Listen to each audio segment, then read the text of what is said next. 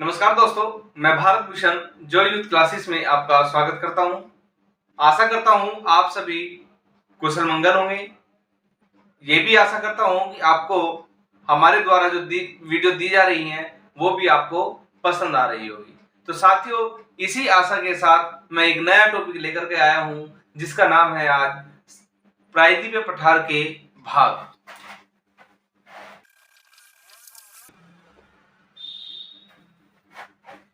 कल की वीडियो में हमने प्रायद्वीपीय पठार को पढ़ा था कि प्रायद्वीपीय पठार क्या होता है, लेकिन आज की वीडियो में हम प्रायद्वीपीय पठार को ही आगे बढ़ाते हुए उसके प्रकार के बारे में पढ़ेंगे कि प्रायद्वीपीय पठार को कितने भागों में या कितने प्रकार में बांटा गया है। जब प्रायद्वीपीय पठार की बात करते हैं तो प्रायद्वीपीय पठार 3 भागों में बांटा गया है।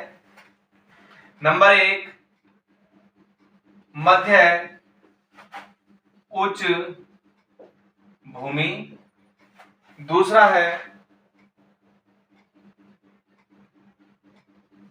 दक्कन का पठार और तीसरा है उत्तर पूर्वी पठार। तो जब हम मध्य उच्च भूमि की बात करते हैं तो इसके अंदर हम साथियों अरावली पर्वतमाला, विंध्याचल पर्वतमाला, मालवा का पठार, बुंदेलखंड का पठार, बघेलखंड का पठार और छोटा नागपुर का पठार हमारा मध्य उच्च भूमि के अंतर्गत आता है। दूसरा दक्कन का पठार, जिसमें हम सतपुड़ा पहाड़ी और लावा पठार को इसके अंतर्गत पढ़ेंगे। इसमें हम महानदी बेसिन तो इत्यादि को इसके अंदर पढ़ा जाएगा।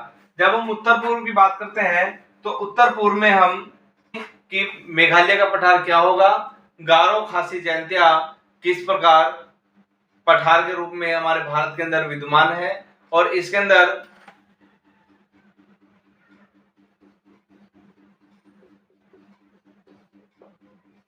एंगलोंग पठार को भी इसके अंतर्गत हम पढ़ेंगे। मध्य उच्च भूमि, जब हम मध्य उच्च भूमि की बात करते हैं तो मध्य उच्च भूमि आपके राजस्थान से लेकर के तो उत्तर में राजस्थान,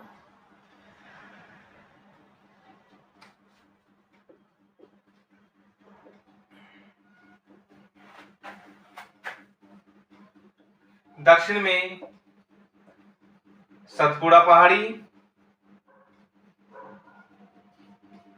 इसके पूर्व में मेघालय पठार और इसके उत्तर में गंगा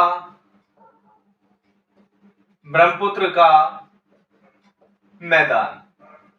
तो ये चारों ओर से घिरावा क्षेत्र होता है मध्य उच्च भूमि का, जिसके उत्तर में राजस्थान, दक्षिण में जाते हैं तो सतपुड़ा पहाड़ी, महानदी बेसिन, दक्कन का पठार पड़ता है, और जब हम इसके उत्तर में जाते हैं तो वहां पर गंगा का मैदान, ब्रह्मपुत्र का मैदान इसकी सीमा रेखा निर्धारित करता है, और जब हम पूर्व में जाते हैं तो पूर्व में इसका मेघालय का पठार या छोटा नागपुर का पठार इसके अंतर्गत आता है। तो इसी में हम पढ़ेंगे मध्य उच्च भूमि में अरावली पर्वतमाला। अरावली पर्वतमाला की विशेषता है कि इसकी जो सबसे ऊंचा जो शिखर है उसे गुरु शिखर के नाम से जानते हैं। गुरु शिखर मेन बातें बताऊंगा, जिसकी ऊंचाई 1722 मीटर, इसकी ऊंचाई 1722 मीटर है गुरु शिखर की। इसकी लंबाई जो अरावली पर्वतमाला है उसकी लंबाई है लगभग 800 किलोमीटर, जो आपके दिल्ली से शुरू होती है, दिल्ली रिज से शुरू होती है और गुजरात तक चली जाती है। तो इसकी जो लंबाई है लगभग 800 किलोमीटर, पूरे मध्य प्रदेश में पूरे राजस्थान में इसकी लंबाई होती है। राजस्थान को 2 भागों में बांट देती है, उत्तर का राजस्थान और पश्चिम का राजस्थान। तो ये दिल्ली से शुरू होती है और गुजरात तक इसकी सीमा रेखा जाती है अरावली पर्वतमाला की। इसकी यहां पर माउंट आबू पाया जाता है जहां दिलवाड़ा का जैन मंदिर है। विश्व प्रसिद्ध है, कई बार क्वेश्चन अब पूछा जा चुका है कि दिलवाड़ा में जैन मंदिर कहां पर स्थित है, माउंट आबू में, और जो कहां पर है, गुरु शिखर का एक हिस्सा है। एक और विशेषता कि यहाँ की जो पहाड़ियां हैं, यहाँ की जो पहाड़ियां हैं पूरा कैम्ब्रियन युग की है।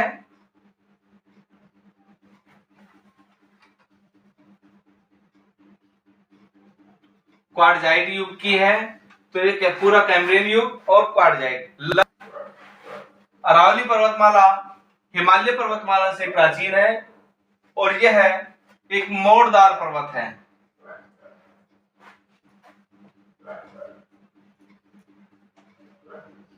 ये मोड़दार पर्वत है। तो मोड़दार पर्वत अरावली पर्वतमाला में और ये हिमालय पर्वतमाला से प्राचीन है और ये पक्के पर्वत पाए जाते हैं जो पहाड़ी के रूप में या आपके प्रायद्वीपीय पठार के रूप में पाए जाते हैं। इसकी कोई ऊंची चोटी नहीं होती, ज्यादा ऊंची चोटी नहीं होती, एक समतल मैदान सा होता है इसकी चोटियों का, और वहीं पर ये अपनी ऊंची एक चोटी से निकल जाती है और बस उसी को कहा जाता है। इसमें अरावली पर्वतमाला के पूर्व में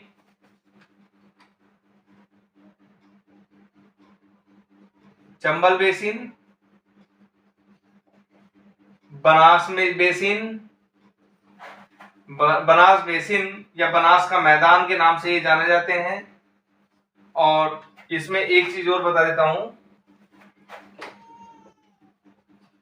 माही का मैदान, माही नदी यहीं पर पाई जाती है। तो माही का मैदान, जिसे छप्पन का मैदान के नाम से जाना जाता है, माही के मैदान को छप्पन के मैदान के नाम से जाना जाता है। यह क्वेश्चन भी कई बार पेपर में पूछा गया है कि छप्पन का मैदान किस नदी पर है, तो माही के मैदान को ही छप्पन का मैदान कहा जाता है। और माही क्या है, माही एक नदी का नाम है। तो ये सब चीजें क्या है, आपकी अरावली पर्वतमाला में पाई जाती है। दूसरा आता है मालवा का पठार। मालवा के पठार में उत्तर में अरावली पर्वतमाला, इसके दक्षिण में विंध्याचल, पूर्व में बुंदेलखंड, और जब पश्चिम में आते हैं, इसके पश्चिम में आते हैं तो बघेलखंड की पहाड़ियों ने इसे घेर रखा है। तो चारों तरफ से घिरा हुआ है मालवा का पठार। विंध्याचल पर्वतमाला इसकी सबसे लंबी पर्वतमाला है जो लगभग 1000 किलोमीटर लंबी है और यह आपकी गुजरात से शुरू होकर और पश्चिम बंगाल तक इसकी लंबाई जाती है, जिसके अंदर मध्य प्रदेश, आपका उत्तर प्रदेश इस श्रेणी के अंतर्गत आता है। चंबल नदी इसी मालवा के पठार में पाई जाती है और जो इस नदी के मैदान को बीहड़ कहा जाता है। बीहड़, इस नदी के मैदान को बीहड़ कहा जाता है। बीहड़ क्या होता है, एक रेतीला मैदान होता है जो अनउपजाऊ होता है, उसके अंदर कोई खेती उत्पन्न नहीं होती और छोटी छोटी झाड़ियां उग आती है लगभग 5 से 6 फुट के अंतर्गत, और वो काफी लंबी मात्रा में पाई जाती है। इसी क्षेत्र को भारत का सबसे गली अपर्दित क्षेत्र कहा जाता है। इसी मैदान को, इसकी 2 नदियां जिसमें बेतवा और पार्वती, ये 2 ऐसी नदियां हैं जिनके दोआब में भोपाल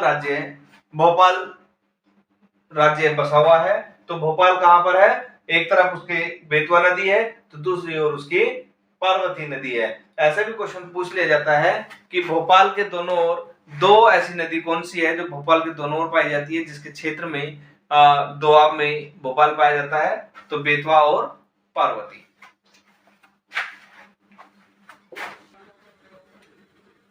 अगला आता है छोटा नागपुर।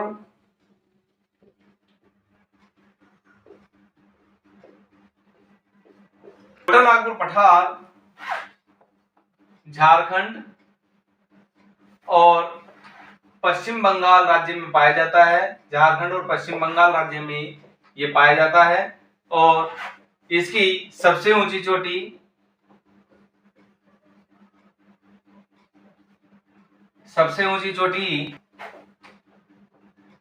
पारसनाथ है, जो 1365 मीटर की ऊंचाई पर स्थित है। तो ये सबसे ऊंची चोटी है और इसके क्षेत्र में जो नदियां पाई जाती हैं, इसमें महानदी का जो बेसिन है वो इसमें पाया जाता है। इसके अंदर आपकी दामोदर नदी, इसमें सोन नदी, एक स्वर्ण रेखा नदी इस पठार के अंतर्गत आती है। उसके बाद दक्कन का पठार। दक्कन के पठार को थोड़ा सा शॉर्ट बताते हैं। दक्कन का पठार आपका विंध्याचल पर्वतमाला के दक्षिण में, जहां इसकी सतपुड़ा पहाड़ी पाई जाती है, इसके लावा का पठार, सतपुड़ा पहाड़ी के लावा का पठार, जिसके अंतर्गत आपका मध्य प्रदेश, छत्तीसगढ़, महाराष्ट्र और कर्नाटक राज्य आते हैं। मध्य प्रदेश, छत्तीसगढ़, महाराष्ट्र, कर्नाटक राज्य इस लावा के पठार के अंतर्गत आते हैं। इसके पश्चिम में पश्चिमी घाट और पूर्व में पूर्वी घाट स्थित है। तो ये जो श्रेणी है, जो दक्कन का पठार है, वो लावा की मिट्टी से बना है। लावा की मिट्टी क्या है कि यहाँ पर कभी ज्वालामुखी क्रिया हुआ करती थी, कभी ज्वालामुखी क्रिया हुई और ज्वालामुखी से जो राख निकलती है, उस राख के ही ये मिट्टी बन गई और ये पठार बन गए। क्योंकि जब लावा निकलता है, उद्गार होता है, लावा का उद्गार होता है, तो उसके अंदर से अनेक गैसें भी निकलती हैं, अनेक तरल पदार्थ भी निकलते हैं। जब ये तरल पदार्थ निकलते हैं तो उन्हीं पदार्थों से ये पठार का निर्माण हुआ। उसके भ्रंश से इस मिट्टी का निर्माण हुआ, जहां ये काली मिट्टी पाई जाती है। काली मिट्टी महाराष्ट्र के अंदर पाई जाती है, जो कपास की खेती के लिए होती है। तो काली मिट्टी कहां पर? कपास की खेती के लिए महाराष्ट्र में पाई जाती है, जो लावा पठार से के अंतर्गत आती है। तो ये सारी चीजें क्या है, ये ज्वालामुखी क्रिया के द्वारा ये मिट्टी का निर्माण हुआ है। तो सारी चीजें क्या है कि दक्कन के पठार में ये सब चीजें आती है। नेक्स्ट है इसका